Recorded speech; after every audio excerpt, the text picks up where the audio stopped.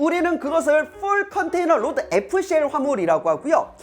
컨테이너는 이만한데 나는 요만큼밖에 사용하지 못해. 우리는 그것을 레스 댄 컨테이너. 자, 그러면 이제 마스터 BL에 대해서 조금만 더 설명을 드리도록 하겠습니다. 마스터 BL은 결국 선사가 발행하는 BL을 의미하고요. 한마디로 뭐요? 중간에 포워더를 개입시키지 말고 이 BL을 반환했을 때 선사한테 직접 청구권 있는 그 BL을 의미하는 거죠. 그래서 신효장 방식이라고 하면 은행은 원칙적으로 마스터 BL을 요구하고요. 그 다음에 몇몇 국가에서는 뭐예요? 마스터 BL을 일부러 요구하는 경우가 있습니다. 왜 하우스 BL을 요구하지 않을까요?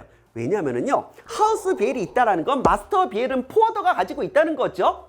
갑자기 이 포워더가 이 마스터 BL을 가지고 수입국에서 선사한테 물건을 찾은 다음에 CFS에서 까가지고 하우스 BL을 갖고 오는 수완한테 물건을 내줘야 되는데 갑자기 흔들리는 거야. 우리 딸 다음에 미국으로 교육 보내야 되는데 돈도 없고 내 손에 있는 건 뭐? 마스터 BL. 그럼 뭐예요? 포워더가 물건 찾을 수 있는 거죠. 흔들리는 이 마음. 포워더가 마스터 BL로 선사한테 물건을 찾은 다음에 이렇게 튀는 경우가 있습니다. 그러면 하우스 BL을 가진 사람은 포워더를 통해서만 물건을 찾을 수 있는데 포워더가 없죠.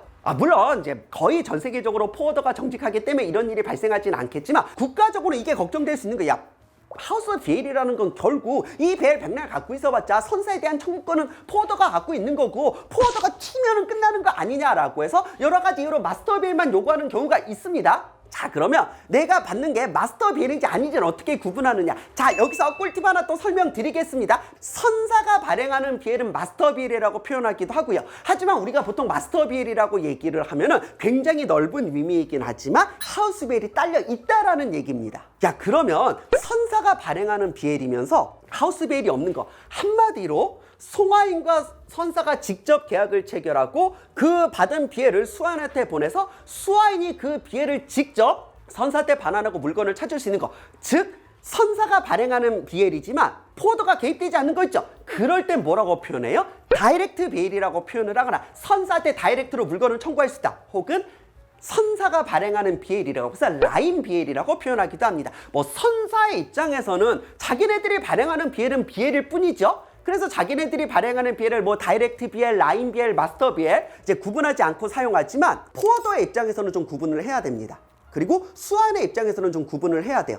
마스터 BL이라고 하면은 선사가 발행한 건 맞지만 그것을 포워더가 받아서 하우스 BL이 있다라는 뉘앙스로 많이 사용되고 애초에 포워더가 없이 선사랑 직계약을 체결해가지고 선사한테 바로 이제 물건을 찾는다라고 하면 그때는 다이렉트 BL, 이제 라인 BL이라고 이제 표현을 좀 합니다. 그래서 이제 포워더가 개입했을 때도 이 수하인을 실화주라고 하죠. 그래서 실화주와 선사가 직접 이제 물건을 찾을 수 있는 건 다이렉트 BL, 라인 BL. 포워더가 물건을 찾은 다음에 그것을 다시 실화주한테 넘겨줘야 되면, 즉 하우스 BL이 있다라고 하면 하우스 BL에 대응되는 개념은 마스터 BL이라고 해서 뭐 실무에서는 구분을 안 하기도 하고요, 이제 구분을 하기도 합니다. 만일 누군가가 마스터 BL을 요구했다라는 건 선사가 발행하는 BL을 요구한 것이기 때문에 뭐 다이렉트 BL, 라인 BL도 다 똑같습니다. 선사한테 직접 청구권인 BL을 가져오라는 거죠. 그러면 포워더를 끼지 말고 혹은 FCL 화물에 대해 포워더를 끼더라도 뭐예요? 중간에 BL 발행할 때만큼은 선사가 송하인한테 직접 발행을 하고 송하인이 이것을 직접 목적지 수하인한테 보내서 화물을 청구할 수 있게 하라는 거죠. 자, 그러면 이게 결국 마스터 BL인지 아닌지는 어떻게 할 수가 있느냐? 발행인을 확인하면 됩니다. 보세요. 우측 상단에 선화증권 BL이라고 하면 발행인 있죠? 선사가 발행하면 기본적으로 마스터 BL이겠죠? 뭐 동질 shipping 이래가지고 뭐예요? 선사 이름이잖아. 선사가 발행했으면 이것은 마스터 BL이 되는 것이고요. 다음에 무슨 인터내셔널 트랜스포트, 무슨 로지스틱스라는 이름이 붙어있다 발행인에, 이거는 포워더가 발행했다는 겁니다. 그래서 100%는 아니지만 제가 지금부터 설명드리는 것의 조합으로 이게 마스터 BL인지 아닌지 알 수가 있습니다. 포워더가 발행했으면 일단 마스터 BL이 아닐 확률이 높겠죠. 무슨 샹하이 인터내셔널 로지스틱스 맞죠? 포워더가 발행했죠. 그러면 이제 이거는 마스터 BL이 아닐 수가 있는 거고요.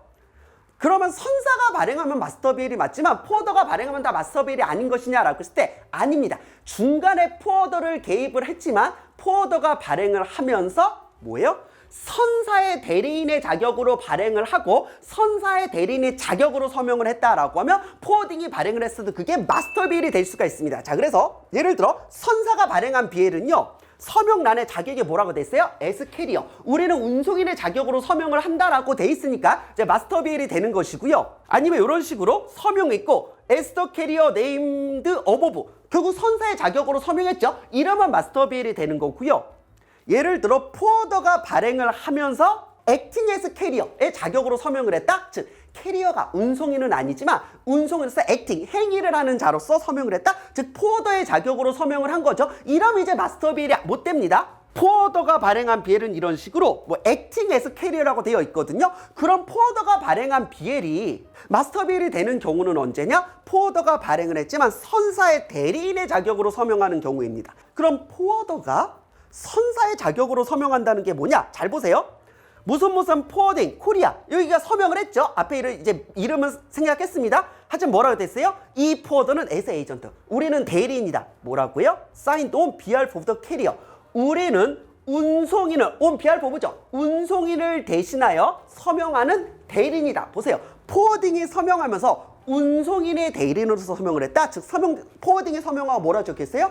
as agent for carrier. 혹은 as agent on behalf of carrier 이런 식으로 기재되어 있으면 이게 뭐가 되는 겁니까? 이때는 마스터 BL이 될 수가 있다라는 겁니다. 그래서 이제 마스터 BL이 되기 위해서는요, 바로 선사한테 BL을 받을 수도 있지만 사실 이렇게 선사한테 바로 BL을 받게 되면요, 목적지에서도 수입국에서도 선사랑 직접 핸들링 업무를 해야 됩니다. 깝깝하죠. 사실 이걸 포워더가 해주면 깔끔한데, 그래서 중간에 포워더를 개입을 좀 합니다. 마스터 BL이지만 포워더를 개입을 하면은 포워더가 바로 이제 선사한테 BL을 받아주면서 핸들링 업무만 해줄 수도 있고요.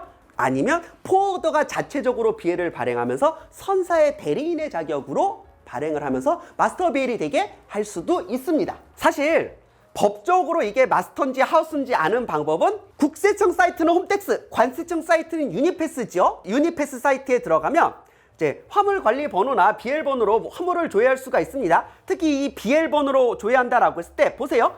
MBL, HBL, 마스터 BL, 하우스 BL이죠. 네가 가진 BL이 마스터 BL이면 이쪽에 넣어보고 하우스 BL이면 이쪽에 넣으면 됩니다. 자, 그래서 이쪽 오른쪽에 그 BL 번호를 넣었을 때 조회가 되면 하우스 BL이라는 거고요. 왼쪽에 넣었을 때 조회가 되면 그게 마스터 BL이라는 겁니다. 자, 그래서 예를 들어 이 하우스 BL란에 BL 번호를 넣었는데 지금 아무것도 안 나오죠. 그럼 하우스 BL 아니라는 거예요. 만일 왼쪽에 번호를 넣었을 때 조회가 된다? 그러면 마스터 BL이고요. 그리고 여러 가지 케이스가 있기는 하지만 그 유니패스에 조회를 해서 BL의 유형이 심플이라고 나온다. 이걸 S타입이라고 하거든요. 자, 그럼 이게 뭐가 되는 거예요? 그 포워더가 개입하지 않았다, 혼재되지 않았다라고 하여서 특히 이 특성 업체가 포워더는 아니거든요. 여기 아무것도 안 적혀 있을 겁니다. 그럼 이게 이제 마스터 BL이 되는 거고요. 만약 하우스 BL이라고 하면 BL의 유형이 C타입 콘솔이라고 적혀 있고 특성 업체 그 포워더의 이름이 적혀 있을 겁니다. 그럼 콘솔이라는 게 뭔데? 나 콘솔 업체라는 말 들어봤는데, 포워더는요 원칙적으로 LCL 화물을 받아다가 CFS에서 혼재 작업, 컨테너에 꾹꾹 눌러 담는 혼재 작업을 한다라고 했죠. 그 혼재 작업을 콘솔리데이션이라고 하고요. 이렇게 혼재 작업을 하는 업체를 콘솔 업체라고 해서 엄밀히 말하면 포워더가 직접 콘솔 작업을 할 수가 있고요. 또 콘솔 작업만 하는 콘솔 업체도 따로 있기는 하거든요. 그렇지만 전통적으로 뭐예요? 포워더는 애초에 콘솔을 위해 존재를 하는 거죠. LCL 화물을 위해 존재를 하는 거죠. 그래서 포워더를 전통적으로 콘솔 업체라고 얘기하기도 합니다. 그리고 그런 혼재 작업을 콘솔 작업이라고 얘기하기도 해요. 이렇게 유니패스를 조회해서 이것이 마스터인지 아닌지 이제 확인할 수도 있습니다. 그리고 요건 좀 참고 삼아 알아두세요. FCL 화물은 바로 CY로 이동한다라고 했죠. 그리고 LCL 화물은 CFS로 이동을 해서 혼재 작업이 있어야 된다라고 했습니다. 잘 보세요. 여기 뭐라 적혔어요? CY. 즉 컨테이너 야드에서 출발해서 컨테이너 야드로 도착했다. FCL 화물이라는 거죠. 자, 이러면 일단은 마스터 BL 확률이 굉장히 높습니다. 만약 요거 LCL 화물이면서 CFS에서 이동을 했다라고 하면 뭐예요? 이것은 예외 없이 하우스 BL이 될 것입니다. 이런 식으로 FCL 화물은 마스터, LCL 화물은 뭐 하우스로 구분할 수도 있습니다. 하지만 중요한 거, LCL 화물은 항상 하우스 BL이지만 FCL 화물이라고 해서 항상 마스터가 되는 건 아닙니다. 포워더가 FCL 화물을 취급하는 경우도 분명히 있으니까요. 그리고 하나 더 말씀을 드릴게요. CFS로 갔다라고 해서 항상 LCL 화물인 것도 아니에요. FCL 화물이기는 하지만 무슨 화학 제품이나 법적으로 민감한 제품은 CFS에서 한번 작업을 해야 되거든요. 그래서 FCL 화물도 CFS를 들리는 경우가 있기 때문에 FCL 화물 CY, LCL 화물 CFS라는 공식이 한 90% 맞아 떨어지지만 항상 그런 게 아니라는 것도 참고 삼아 알아두시면 될 것 같습니다. 뭐 뒤에 조금 더 준비한 게 있는데 이것은 저희 통관 실무 때 FCL, LCL 화물의 구분 목적으로 사용되는 것이기 때문에 이것에 대해서는 조금 다음 기회에 설명드리도록 하겠습니다. 자, 그러면 여기까지 해서 운송 실무가 좀 감이 잡히실 겁니다. 감이 잡히셔야 돼요. 저는 항상 구직자한테도, 현직자한테도, 수험생한테도 도움이 되는 영상을 항상 업로드하도록 하겠습니다. 오늘은 조금 더 현직자한테 혹은 이제 막 업무를 시작하려는 신입사원에게 도움이 되는 영상이었을 것 같습니다. 다음에 더 좋은 영상으로 찾아뵐게요. 안녕!